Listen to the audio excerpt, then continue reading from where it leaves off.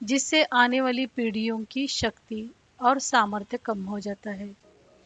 भगवद गीता अध्याय 1 श्लोका नंबर 40 और 41। कुलक्षये प्रणश्यन्ति कुलधर्मा सनातनः धर्मे नष्टे कुलं कृष्णम् अधर्मोऽभिभूत्युत अधर्माद्भिभवत् कृष्ण प्रदुष्यन्ति कुलस्त्रियः स्त्रीषु दुष्टाशु वार्ष्णेय जायते वर्णसंकरः।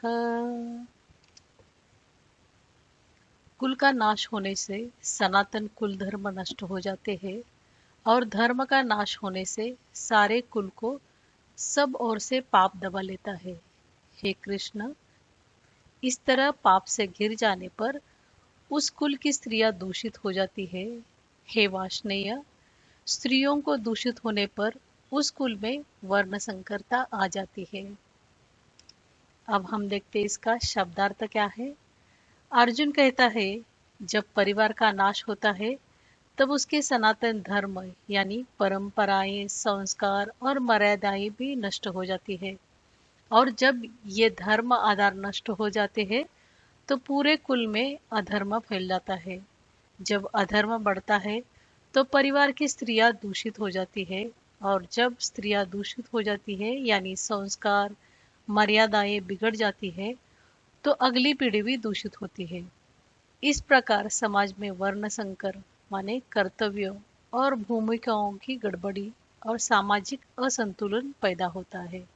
अब हम देखते हैं इसका गूढ़ार्थ क्या है। अर्जुन कहता है कि युद्ध से केवल लोग ही नहीं मरेंगे बल्कि परिवारों का आधार, उनके संस्कार और परंपराएं भी नष्ट हो जाएंगी।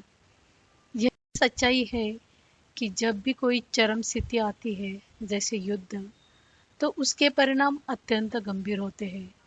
युद्ध केवल सेनाओं का टकराव नहीं होता बल्कि उसके साथ पूरा समाज और संस्कृति भी प्रभावित होते हैं। युद्ध में कई वीर और प्रतिभाशाली लोग भी मारे जाते हैं, जिससे आने वाली पीढ़ियों की शक्ति और सामर्थ्य कम हो जाता है।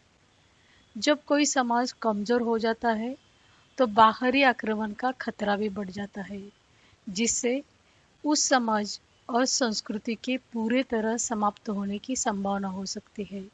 इसलिए अर्जुन जो कह रहा है वह केवल कल्पना नहीं बल्कि एक वास्तविकता है। युद्ध के परिणाम सदैव गहरे और दूरगामी होते हैं।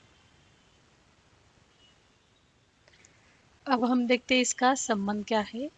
इस श्लोक का संबंध पिछले श्लोक से है, जहां अर्जुन भगवान श्री कृष्ण से कहता है, कौरव लोभ के कारण कुल क्षय जनित दोष को और मित्रों के साथ बैर करने में होने वाले पाप को नहीं देख रहे हैं।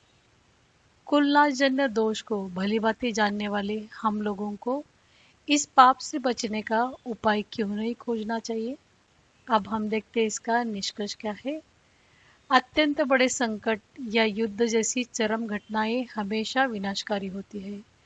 उसके परिणाम समाज और संस्कृति के लिए हानिकारक हो सकते हैं, लेकिन महाभारत की कथा यह सिखाती है कि ऐसे कठिन समय में भी हमें अपना धर्म नहीं छोड़ना चाहिए, चाहे उसके परिणाम बुरे ही क्यों न हो।